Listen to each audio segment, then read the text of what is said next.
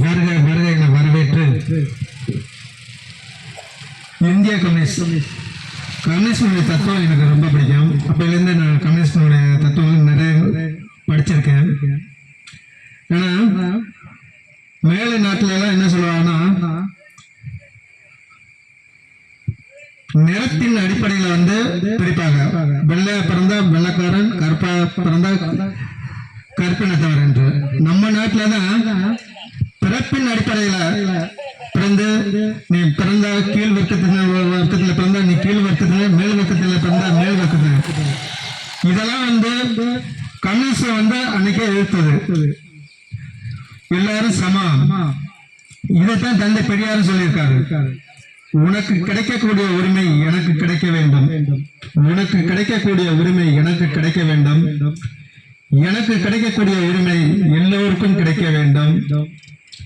இதன் குறிக்க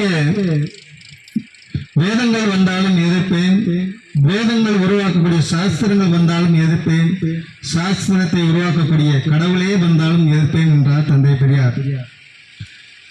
ஏன்னா இன்னைக்கு கீழ்மட்ட மக்களுக்காக பாராட்டக்கூடிய ஒரு இயக்கம் கம்யூனிஸ்ட் என்று சொல்லி பேச வாய்ப்பு அளித்ததுக்கு நன்றி கூறி விடைபெறுகிறேன். நன்றி, வணக்கம்.